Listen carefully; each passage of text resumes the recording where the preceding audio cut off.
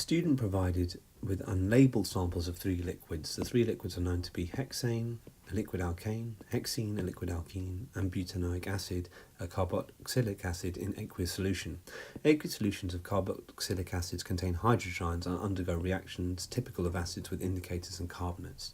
Describe in detail, using the information given and your knowledge of the reactions of these liquids, tests the students should carry out to identify each of the three liquids. You should include balanced equations for any chemical reactions described.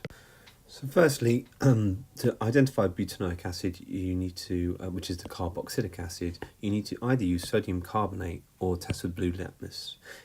If you use sodium carbonate, it will effervesce, it will bubble, whereas blue litmus will turn red. The others won't, so only butanoic acid will give you that response, so you can identify it. Here's the balanced symbol equation for that.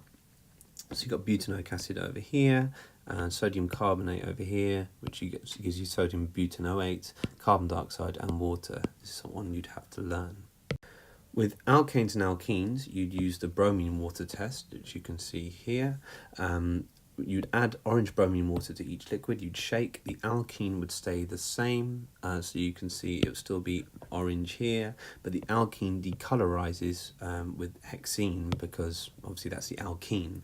Why? Because you are producing a new chemical. Because of that double bond, because alkenes have a double bond, you can see here, that bond breaks open and bonds to the bromine, and you get a different compound being produced, which is colourless. Not with the alkane, because it's a saturated molecule, all bonds are used. So with this, you can see hexene, C6H12, plus bromine, Br2, will produce 1,2-dibromohexane. And that's what you get here. That's the balanced symbol equation. I think the most challenging part of this, it's actually quite an easy question if it wasn't for the balanced symbol equation. So it'd be interesting to see how many people would get those right. You really need to memorize your chemical equations for this.